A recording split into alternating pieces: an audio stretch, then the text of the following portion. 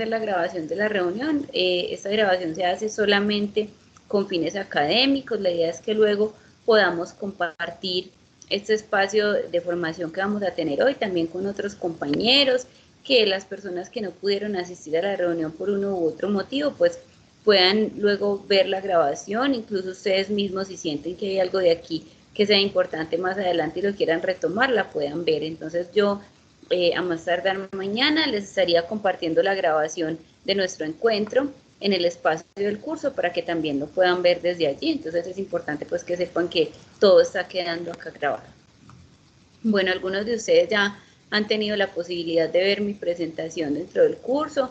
Yo soy Alexandra Monsalve, soy docente de la Católica del Norte desde hace 12 años. He trabajado en varios programas como en el Cibercolegio y en la Facultad de Ciencias de la Educación. Soy docente, pero además soy investigadora.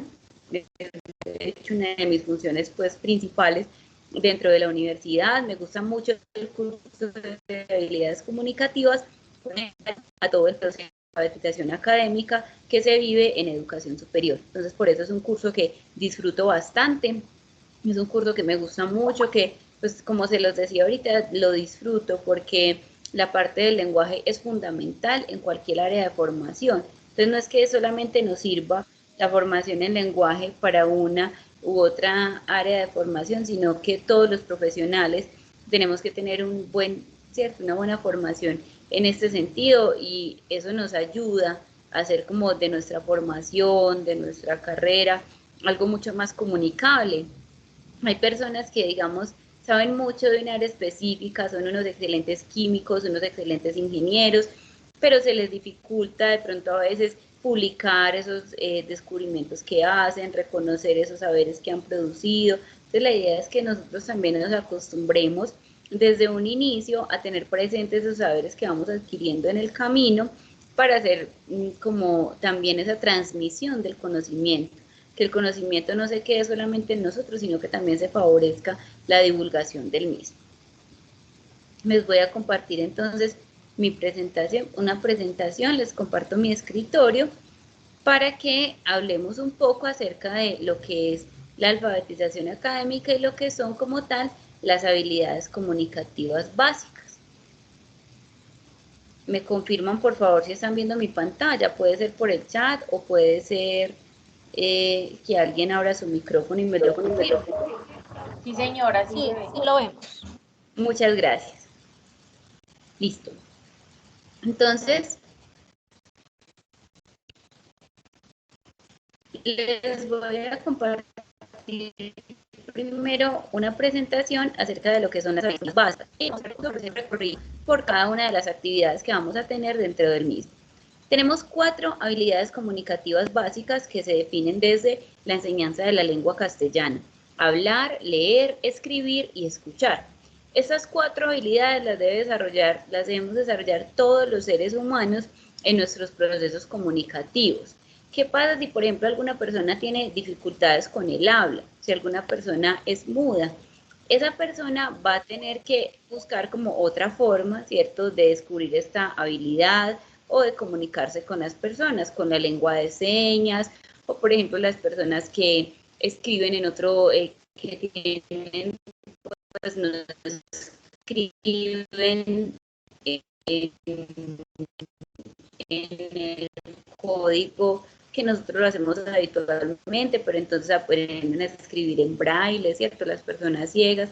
El hecho es que para todas las personas es descubrir estas habilidades básicas como una forma de acercarnos a los demás y de todo. Nosotros, para aprender a comunicarnos con los demás, lo primero que hacemos es escuchar y tratar de hablar. Son habilidades que se dan por descubrimiento, por imitación. Cuando estamos pequeños, entonces aprendemos a hablar. Incluso miren que nosotros aprendemos los acentos, ¿cierto? Si una persona crece en Antioquia, o si una persona crece en la costa, o si una persona crece en otro país, sus acentos van a ser diferentes, ¿cierto? Entonces, cuando nosotros aprendemos a hablar a partir de la escucha que vamos desarrollando de las demás personas, lo desarrollamos como una habilidad comunicativa que es simplemente para aprender a relacionarnos con el otro. Ya después vienen las que sirven de la organización del conocimiento. Hay varios tipos de alfabetización que nosotros conocemos actualmente, pero la alfabetización más básica es la alfabetización en lectura y escritura. Si empezamos a pensar actualmente cuántos son los tipos de alfabetización que tenemos, tendríamos que pensar en que hay muchísimos códigos que cada vez van surgiendo. Los códigos, por ejemplo, de la lengua que surge a partir de todo lo que tiene que ver con los sistemas. Entonces, las personas que necesitan usar, no sé, algún tipo de código desde allí, algún tipo de código desde el uso de los sistemas, de ese lenguaje, de la programación, ese lenguaje que nos ayuda pues como a hacer otro tipo de cosas en la web. Vemos como cada vez hay diversas alfabetizaciones y ya la alfabetización no se concentra solamente en el hecho de aprender a leer o escribir. Uno de los índices por los cuales se alcanza a medir la pobreza de un país es el analfabetismo. En Colombia, por ejemplo, hace algunos años se están haciendo programas para erradicar el analfabetismo, porque sobre todo en los países de Latinoamérica todavía es increíble que haya muchas personas que llegan a su vida adulta sin saber leer y sin saber escribir. Pero con el tiempo ha llegado una nueva alfabetización que tiene que ver con el uso de las TIC. El año pasado sí que nos tocó difícil en ese sentido, ¿cierto? Porque nos tocó a todos aprender una nueva alfabetización dentro del contexto digital, incluso personas que no estaban acostumbradas a hacerlo y que de pronto hasta decían, no, pero es que yo eso nunca lo voy a usar, yo para qué voy a aprender a manejar un computador, para qué voy a aprender a manejar un celular más allá de contestar o hacer llamadas. Y el año pasado, con todas las circunstancias que hemos vivido como humanidad, nos ha tocado a muchos hacer como esa nueva alfabetización y pasar al uso de otras habilidades comunicativas ya dentro de la web y al uso de una nueva alfabetización que tiene que ver con lo digital. Entonces estas 4 son las fundamentales y están como hermanadas, ¿cierto? El hablar con el escuchar y el leer con el escribir. Vienen entonces unas habilidades de nivel superior. Recuerden que las anteriores eran habilidades básicas, ¿cierto? Estas habilidades de nivel superior son 3, básicamente, dentro de lo que encontramos en el curso. La primera de ellas es la capacidad de tener una lectura crítica. Es decir, aquellas personas que ya no solo leen el texto, sino que están en capacidad de poner ese texto en relación con un contexto específico. Eso suena como un trabalenguas, ¿cierto?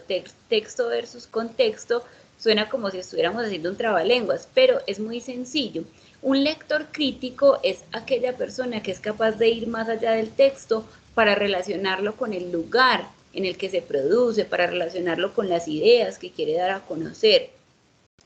Actualmente, por ejemplo, con las noticias, con la información que vemos a diario que circula en radio, en televisión, en la web, vemos cómo los textos tienen una intención comunicativa bastante firme. Entonces, cuando una persona o cuando un ente político, por ejemplo, quiere generar un impacto, lo que hace es acercarse al contexto de la información. Por ejemplo, hace poco, el año pasado, como a finales, vimos varias propagandas de parte del Estado en las que nos invitaban a cuidarnos y a cuidar a nuestros familiares. En esas propagandas lo que hacían era poner a las personas como en situaciones muy particulares de las que vivimos a diario. Entonces decían que alguien fue a una fiesta y que allí se contagió y que luego contagió a un familiar. Entonces lo que hacían ellos era tratar de traer esa información al contexto de las personas para hacerla mucho más comprensible. No es lo mismo si a mí me dicen, mira, si haces esto te puedes contagiar, así me lo ponen con un ejemplo que puede sonarme mucho más cercano, que puede parecerse más a mi realidad o a las personas con las que a diario comparto. El lector crítico entonces tiene la capacidad de identificar esas ideas que se dan como entre líneas, que no se dicen directamente, pero que tienen un sentido bastante importante dentro del texto, entendiendo el texto no solo como el texto escrito, sino también como otros tipos de materiales audiovisuales. Un texto, por ejemplo, puede ser un video. Un video es un texto que comunica muchas cosas. Una caricatura Es un texto que comunica una gran cantidad de cosas y que incluso a veces haciendo uso de figuras literarias, haciendo uso de la ironía, haciendo uso de la sátira, de la hipérbole, nos empieza a mostrar una nueva faceta, una nueva visión de las cosas. En una caricatura, por ejemplo, si nosotros nos ponemos a analizarlo, no nos dicen las cosas de frente, ¿cierto? Pero nos dan la posibilidad de interpretar, ¿cierto? Nos dan la posibilidad de interpretar esa información para que vamos un poco más allá. ¿Cómo se forma un lector crítico? En primer lugar, leyendo, ¿cierto? Si nosotros no leemos, va a ser muy difícil llegar a un nivel de lectura crítica. En segundo lugar, analizando eso que se lee, como decimos por ahí vulgarmente, sin tragar entero. Porque si yo trago entero, todo lo que me llega, todo me sirve, entonces no voy a tener la capacidad de asumir una postura crítica frente a las cosas que leo. Y en tercer lugar, con las comunidades de lectores. ¿Qué nos permiten las comunidades de lectores? Tener como un enfoque dentro de esa lectura. Entonces, si yo hago parte de una comunidad de lectores, yo voy a tener la capacidad de estar en un círculo en el cual se lee sobre los mismos temas. Ustedes, por ejemplo, dentro de sus programas de formación, en algunas ocasiones hacen comunidades de lectores en las cuales se pasan textos, en las cuales alguno vio algo que es interesante de acuerdo al área de formación que están viendo, entonces lo comparte con otros compañeros. Nosotros hacemos mucho eso, por ejemplo, me encontré un nuevo documento sobre APA y tiene unos ejemplos súper interesantes, o me encontré un nuevo documento sobre investigación, entonces lo comparto con otros investigadores para que ellos también lo conozcan. Ese lector crítico entonces responde no solo a los intereses personales, sino también a los intereses sociales. Luego vienen la alfabetización cognitiva y la alfabetización académica, que están estrechamente relacionadas. Cuando yo hago una alfabetización cognitiva y una alfabetización académica, lo que estoy haciendo es llevar esas habilidades que aprendí de una manera básica a un nivel superior. Ese leer y escribir, por ejemplo, ya deja de ser un asunto simplemente comunicativo, o ya deja de ser un asunto solamente para relacionarme con los demás, sino que empieza a tener un objetivo claro y unos fines que tienen que ver con mis capacidades también para transmitir esa información que he aprendido y para aportar en la construcción de conocimiento. Dentro de la alfabetización cognitiva, la oralidad, por ejemplo, juega un papel fundamental en aspectos como el desarrollo de ponencias, como el desarrollo de investigaciones. O sea, yo no puedo llegar a hablar en una ponencia de la misma manera en la que hablo con mis amigos en casa o con mis familiares, ¿cierto? Con las personas cercanas. Entonces yo ya tengo que llevar esa oralidad a un nivel de desarrollo mucho más diferente al que normalmente tenía. Lo mismo con los textos. Uno a veces le dice a los estudiantes, la expresión es que usted no puede escribir como habla. Es algo que nos pasa mucho, que nosotros empezamos a escribir un texto y resultamos usando las mismas muletillas, las mismas palabras que usamos cuando hablamos. Yo hablándoles de la muletilla y ahí se me salió la mía, que es el E, ¿cierto? Bueno. Daniel Casani nos presenta algunos retos para el lector crítico. Este texto es sacado de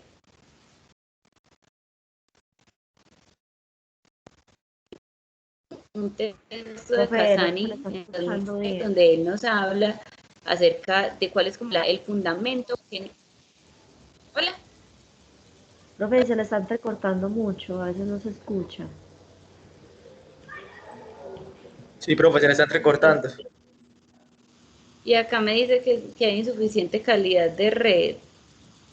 Voy a dejar de compartir la cámara. A veces eso funciona. Ahí me escuchan mejor. Por ahora sí. Vale, gracias por avisarme. Porfa, si vuelve y me pasa, me dicen y miro a ver qué más puedo hacer. Listo. A veces, pues sí, es bueno compartir la cámara, pero a veces nos pasa también eso. Entonces, listo. Ya dejé de compartir la cámara y si vuelve y me pasa, porfa, me avisan de una, listo. Entonces, los retos del lector crítico nos los presenta Daniel Casani en Tras las líneas, uno de sus textos más interesantes, que de hecho vamos a leer una parte, y él nos dice que hay como unos retos, unas tareas que nosotros tendríamos que desarrollar para poder llegar a ser lectores críticos. El primero sería reconocer cuáles son los intereses que mueven al lector para construir su discurso con el contenido, la forma y el tono que éste da a ese discurso. Entonces, por ejemplo, si una persona quiere convencer a alguien de alguna cosa dentro de un proceso de elecciones políticas, el discurso va a ser mucho más diferente a si esa persona simplemente está hablando de un tema, pero no tiene la intención de convencer al otro, por ejemplo, de que haga un tipo de votación específica, sino que su conocimiento y ya. Profe, nuevamente se le está cortando. Contenido. Ay, Dios, ¿yo qué hago? Me voy a mover. Esperen, me muevo acá en la casa. A ver si de pronto es como el lugar en el que estoy.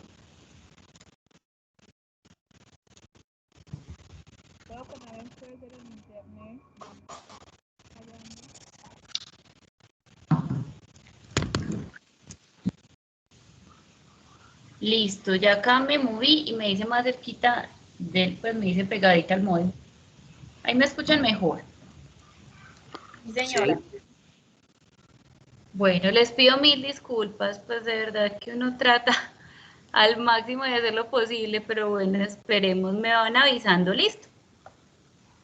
Les hablaba entonces que es importante reconocer los intereses que mueven al lector para construir su discurso, para construir ese contenido, ese qué, ¿cierto? De lo que está hablando, lo que está queriendo dar a conocer, lo que está mostrando. Para hablar de la forma, o sea, la forma en la que decimos las cosas comunica y de hecho comunica mucho más que lo que decimos. Normalmente se dice que hay un 70-30 entre la forma y el contenido.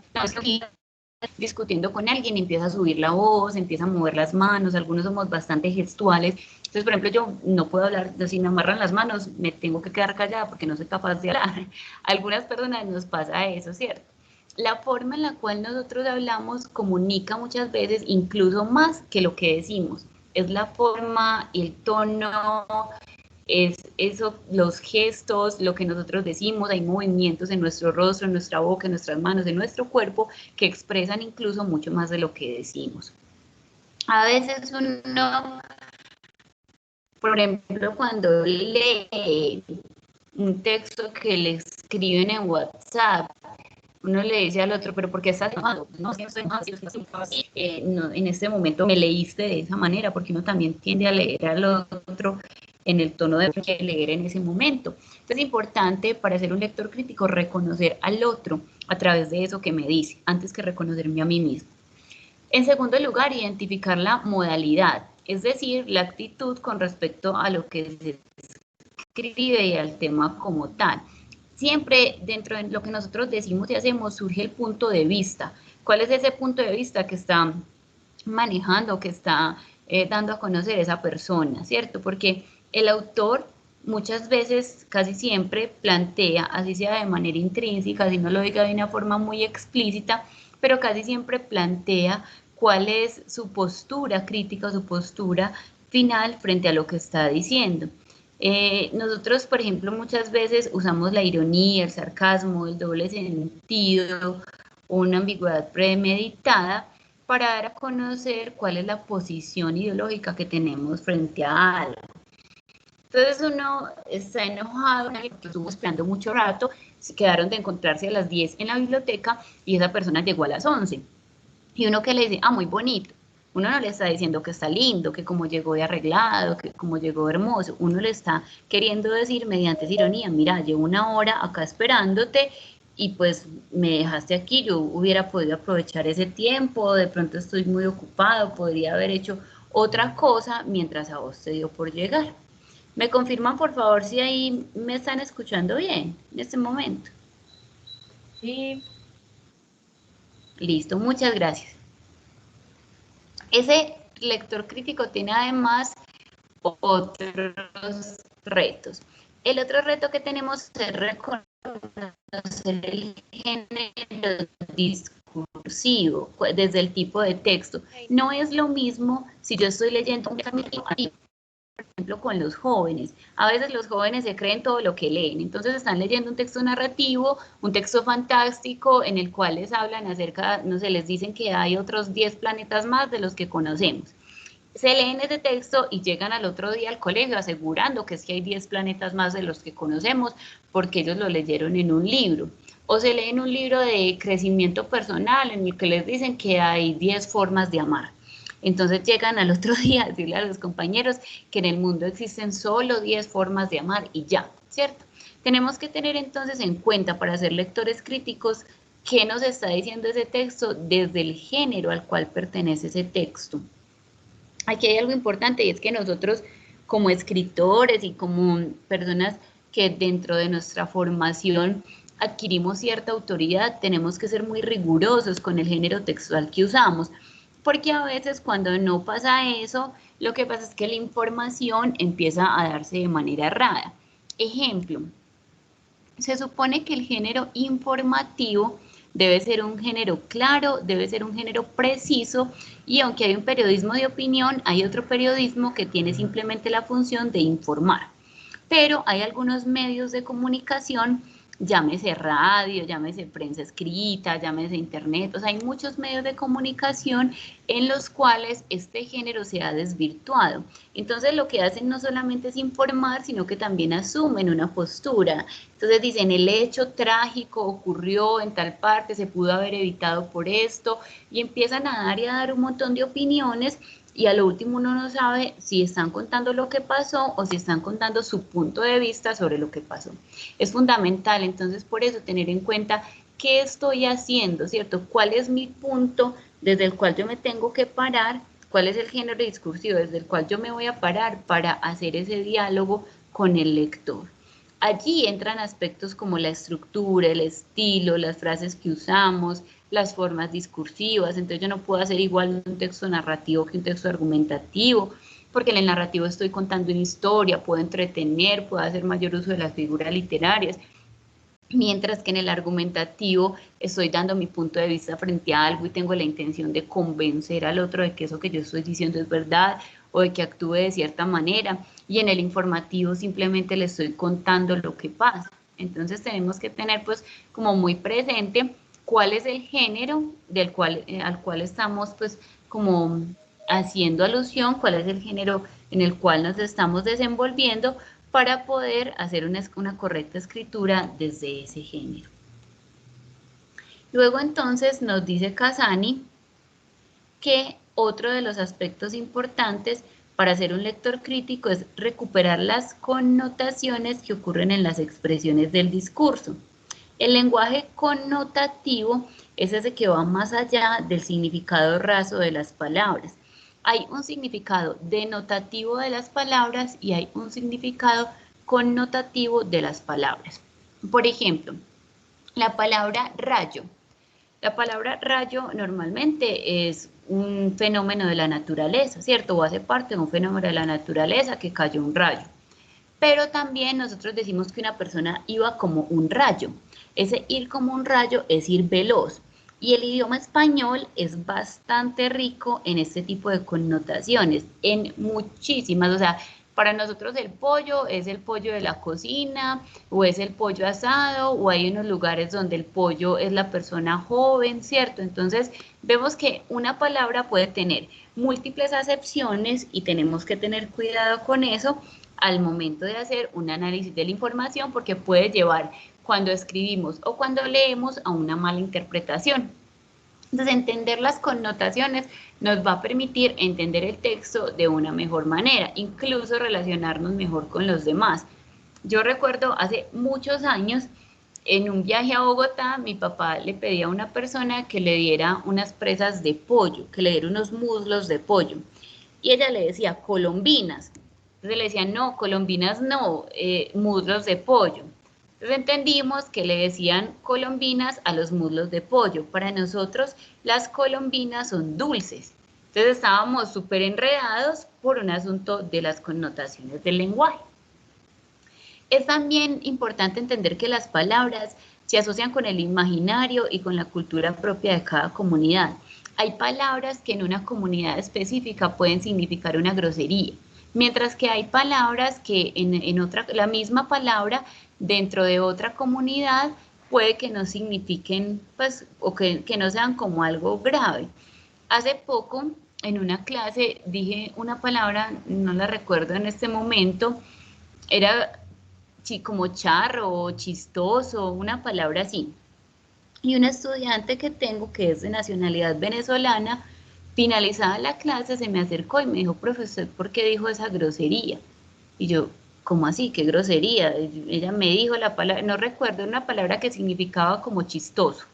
Entonces me dijo, esta palabra, y yo, no, es que para nosotros esa palabra no es una grosería. Entonces miremos cómo el lenguaje, dependiendo del contexto en el cual se use, también puede tener un significado que tiene que ver con los imaginarios y con las culturas de las comunidades. Por eso tenemos que ser como muy delicados, ¿cierto? Y muy respetuosos en el uso del lenguaje, porque eso puede llevar incluso a tener connotaciones diferentes o puede llevar incluso a que haya malos entendidos desde esas formas lingüísticas. Otro de los retos que nos plantea Casani es la necesidad de distinguir la diversidad de voces que surgen dentro de un texto. Yo puedo silenciar o convocar distintas voces, yo puedo traer a colación, por ejemplo, cosas que pasaron hace años, autores, hechos que han pasado antes, o puedo dentro de mi texto nombrarlas, ¿cierto? Hacer como alusión a ese tipo de voces que de pronto ya no se escuchan de la misma manera. Por ejemplo, lo que se hace con el periodismo, con las crónicas, donde se investigan hechos que han ocurrido hace años y a partir de esos hechos se crean textos. Entonces es importante entender que el texto no es solamente mío y que no lo puedo asumir desde una postura egoística, sino que lo puedo asumir también o lo debo asumir, si es mi responsabilidad como escritor, como una postura que tiene también una relación histórica. Finalmente, entonces, nos dice el autor que hay que evaluar la solidez, la fiabilidad y la validez de los argumentos, ejemplos o datos. Tenemos que ser muy cuidadosos con el uso de los datos y con la información, con las páginas donde tomamos la información. Por ejemplo, si nosotros vamos y estamos hablando de pobreza, estamos haciendo un texto argumentativo, como mencionaba la prensa del país en los 10 años, y ponemos un dato de cualquier página, no vamos a páginas del Estado, no vamos a encuestas, al último censo, sino que ponemos un dato de cualquier página por allí, resulta... No, no se le entiende nada.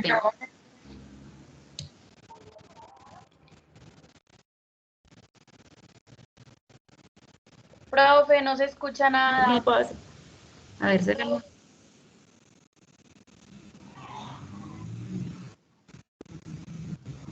Se está escuchando estoy muy cerrando entrecortado. todo lo otro, a ver si así.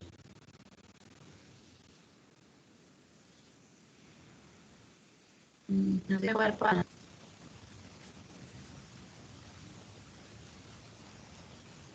Ahí. Sí, ya te escuchamos. Pero entonces no ven la pantalla, ¿cierto? No.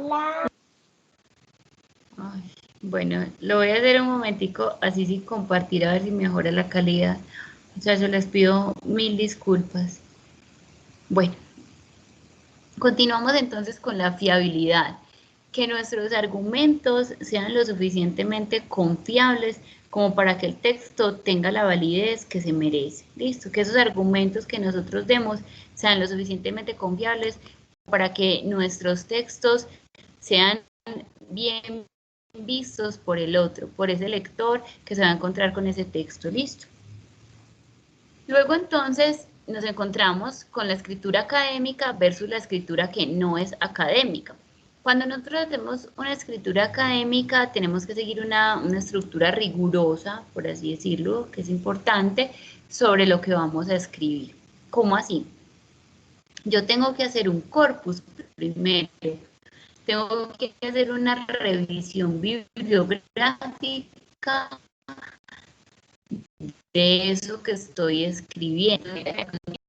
y de la nada empezar a sacar el texto. Tengo que hacer una revisión de qué han dicho otros autores, esa idea que yo estoy planteando, en qué otras personas la puedo encontrar, cómo la han pensado, cómo la han dimensionado otros autores. Para eso es importante, por ejemplo, hacer fichas de lectura, ¿cierto? Nosotros, por ejemplo, cuando leemos los textos, muchas veces somos un poco desordenados en esa lectura y después es uno, yo leí esto, yo lo leí en alguna parte. Hace poco recuerdo que necesitaba una cita, pero yo sabía que era la cita precisa del texto que estaba haciendo y no me acordaba. Yo decía, yo estoy segura que yo la leí, estoy segura que de Carlos Clear, un escritor argentino, pero no me acuerdo de encontrar la cita, y era tan precisa esa cita que no se escucha nada. No se le escuchó nada lo que dijo, profe. lo siento, ya dejé de compartir. Lo que pasa es que al principio cuando le hacemos pues como la notificación de que está como la distorsión, paramos un momentico, entonces usted vuelve y continúa e iniciamos bien, pero con el pasar del tiempo empieza como a escucharse como entrecortado, como algo extraterrestre, como así, como todo raro. Me les voy por allá para otra parte del planeta. Sí, así más o menos se escucha. Bueno, igual ya vamos a terminar. De hecho, estaba en la última diapositiva, pero luego les comparto la presentación y de ser necesario, entonces pues igual vamos a tener más encuentros. Este es solamente el primero, listo.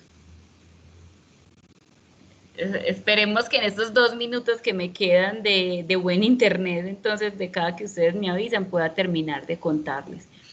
Voy a acelerar entonces un poquito. Les decía que entonces tenemos que tener en cuenta que en la escritura académica es importante hacer fichas de lectura, hacer ese proceso de prerredacción, tener en cuenta de manera muy organizada donde tenemos las citas, donde tenemos esa información que nos gusta y que nos interesa, y tener unas fases claras. La fase de prerredacción, o sea, antes de hacer el texto, la fase de producción del texto y la fase de corrección del texto.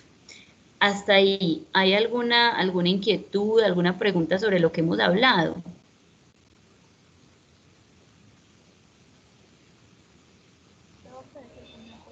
No, hasta ahora no. Profe, me repite qué pena las 3 fases que acabas de nombrar. Sí, la primera fase es la de prerredacción, o sea, antes de hacer el texto. La segunda es la de producción del texto y la tercera es la de corrección. Se las voy a anotar también en el chat.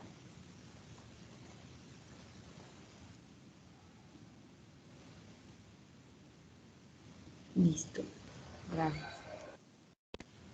Listo. Si alguien tiene alguna pregunta, puede levantar la mano o puede habilitar su micrófono.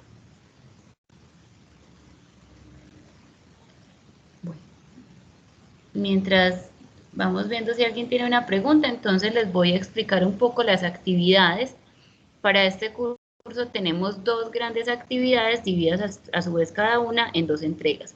La primera entrega, entonces, es la que tenemos en estos días, que es hacer la lectura de la unidad 1, la alfabetización cognitiva y la lectura del primer capítulo de Tras las líneas, texto sobre el cual hemos hablado de Daniel Casani. Con base en ella van a elaborar una presentación en Geniali y van a elaborar un texto argumentativo. Las actividades del curso se pueden hacer de manera individual o grupal. Es muy bueno que trabajen de manera grupal porque el trabajo grupal enriquece mucho, pero si alguna persona definitivamente no tiene un equipo o no puede hacerlo, no hay ningún problema, no hay ninguna sanción en la nota, eso es importante que lo tengamos en cuenta, porque algunos me dicen, ¿hay alguna penalización en la nota por el no trabajar en equipo? No, para nada, o sea, es una sugerencia, pero si no se puede, no se puede, no hay ningún problema. Para la actividad 2, entonces vamos a hacer lectura de la unidad 1, tema 2, y vamos a continuar con el segundo capítulo de la lectura de Tras las líneas de Daniel Casani. Con esta actividad vamos a hacer una infografía y una ficha de lectura resaltando todos los temas vistos dentro de esa unidad. En la actividad 3, o sea, la primera parte de la actividad 2, vamos a seguir avanzando en los contenidos del curso. Aquí vamos a hacer un artículo corto de acuerdo con los contenidos desarrollados en los temas 3 y 4 del curso. En ese artículo corto vamos a tratar de dar a conocer nuestra postura crítica frente a una pregunta que nosotros seleccionamos sobre lo que nos encontramos en el tema 3 y en el tema 4 del curso, que tiene que ver específicamente en aspectos propios del uso del lenguaje, en aspectos más pragmáticos del uso del lenguaje. Y finalmente, en la entrega 2 de esa actividad 2, lo que vamos a hacer es hacer uso de los sistemas simbólicos para mostrar el uso de la importancia del reconocimiento de las fuentes, de la citación, bien sea con norma APA, con ICONTEC, con otro tipo de normas que se vayan presentando. Entonces lo que vamos a hacer es hacer, por ejemplo, un video, una caricatura o alguna forma en la que nosotros podamos dar a conocer esa norma, la importancia que tiene y cómo usarla. Listo. ¿Estamos claros con las actividades o hay alguna pregunta? Profe, buenas noches. Yo le hago una pregunta en la actividad 1, la diapositiva. Exactamente, ¿qué temas hay que abordar ahí? O sea, como que lo aprendido durante la lectura o exactamente qué es lo que se toca en la presentación como tal. Hay que hablar acerca de lo que encontramos en la unidad 1, que tiene que ver con la alfabetización académica. El tema central es la alfabetización académica, ¿listo? Listo, gracias. Con gusto. Liliana está levantando la mano. Adelante, Liliana. Profe, qué pena, yo tengo otra pregunta. Entonces, ¿sería solamente de un tema o de ambos? Sería solamente del tema 1 de la unidad 1. Ah, ok. Listo, profe, muchas gracias. Con mucho gusto. Porque el tema 2 lo vamos a abordar en la próxima actividad, ¿listo?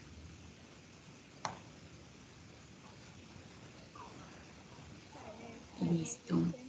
Andrés, adelante. Profe, una pregunta.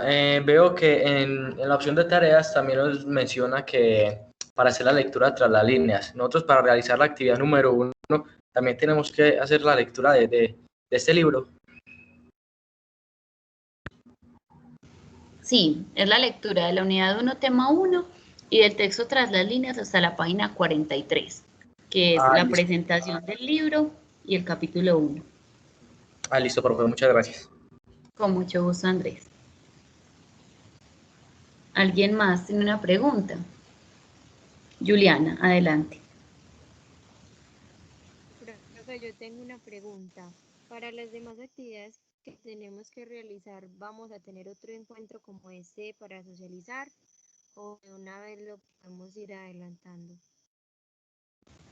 En el grupo se realizan entre 2, en el curso, perdón, se realizan entre 2 y 3 encuentros sincrónicos. Entonces, sí es probable que al menos para la actividad 2, ya parte 1 y 2, se programe otro encuentro sincrónico. Igual, si se llega, por ejemplo, la fecha de entrega de las otras actividades y hay dudas, también me pueden ir preguntando.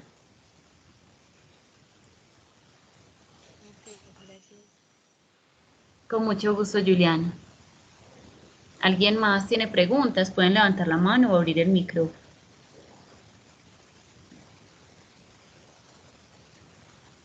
Andrés, tiene la mano levantada nuevamente. Uy, qué pena, sí, otra pregunta. Como en el caso para las personas que lo van a hacer en equipo, ¿cierto? O sea, día 2 o día 3, al momento de subir la actividad, ¿la sube cada uno o la puede subir un miembro del equipo? Yo prefiero que la suba, pues que la suban todos, porque a veces hay problemas con los archivos, entonces yo prefiero que la suban todos y que le ponen una portada en la que se diga quiénes son los miembros del equipo. Entonces yo se la califico al primero que me aparezca en lista y luego les copio la nota a los demás, pero sí es bueno que la suban todos. Listo, profe, muchas gracias. Con mucho gusto. Nos pregunta Adriana Piedradita que si los otros trabajos también son en grupo. La idea es que sí, o sea, si ustedes los quieren hacer en grupo, los pueden hacer en grupo. Incluso puede que una persona, por ejemplo, para ese primer trabajo, como era el primero y estábamos como apenas conociéndonos, muchos de ustedes son de primer semestre, lo haya hecho solo. Pero digamos, esa persona para el segundo trabajo ya consigue equipo, ya tiene otras personas con las cuales hacerse, lo puede hacer perfectamente. O sea, lo pueden hacer en grupo o individual, como a ustedes les quede más fácil, pero sí es bueno hacer los grupos. Andrés, ¿dejaste la mano levantada o hay otra pregunta? Porque todavía me apareces con la mano levantada. No, profe, no. Se te quedó ahí, listo. Listo. Bueno, si no hay más preguntas, entonces les agradezco por su participación en este espacio. Nuevamente les pido una disculpa. El internet a veces no funciona como quisiéramos. Tantas interrupciones, el hecho de no poder haber compartido la cámara todo el tiempo, ¿cierto? Shaira tiene una pregunta.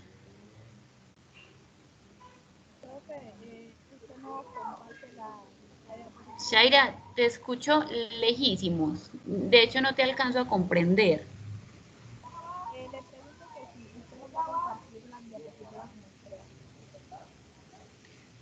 No, Shaira, no te alcanzo a escuchar la pregunta. ¿Podrías, por favor, escribirla en el chat?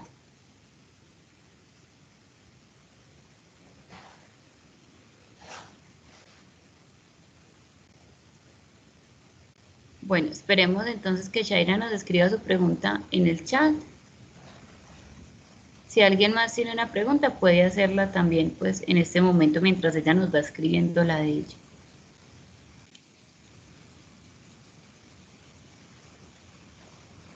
Sí, Shaira nos pregunta si compartiré las diapositivas, si yo se las envío. Una vez tenga la grabación del encuentro, les envío las diapositivas y les envío la grabación para que las puedan tener. Se las envío por el espacio de anuncios del curso, ¿listo? Bueno, entonces, los exámenes, entonces el curso está dividido en 4 actividades, o sea, 2 actividades con 2 entregas cada una. Cada una de esas actividades vale el 20%, o sea que ahí tenemos un 80% del curso, y hay 2 pruebas tipo saber, pruebas de opción múltiple, que ustedes tienen entre media hora y 45 minutos para hacerlas.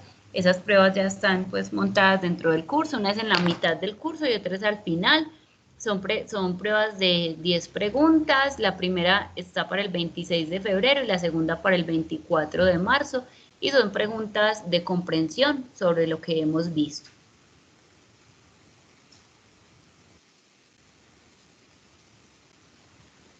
El sistema da la nota cuando son pruebas tipo saber. Cuando son actividades, sí, pues debemos esperar que ellos se las califiquen. Pero cuando son pruebas tipo saber, sí, el sistema inmediatamente les arroja la nota. Bueno, igual cualquier inquietud, ustedes saben mis horarios de atención, tienen los medios, tienen pues como el contacto de WhatsApp, los horarios que tengo para esa atención en WhatsApp, tienen todo, pues tienen los correos, el Skype, todos los contactos, entonces cualquier inquietud me preguntan y con todo el gusto. Sí, los exámenes son de un solo intento.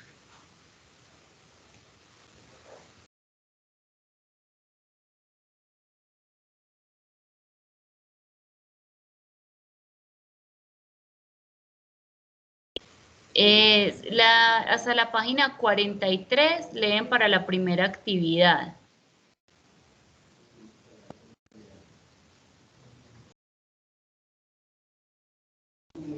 Y tienen solamente un intento para los exámenes porque pues la idea es que estemos muy preparados para ellos.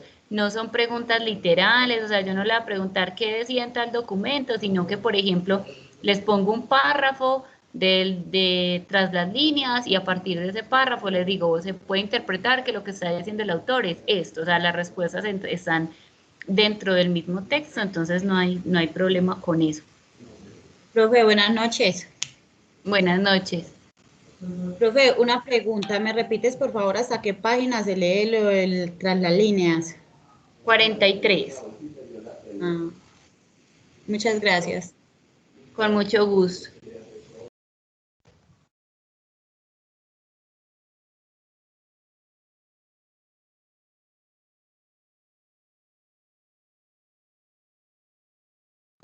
Bueno, les deseo una feliz noche, les agradezco por haber estado en este espacio. Les compartiré entonces la presentación y la grabación, ¿listo?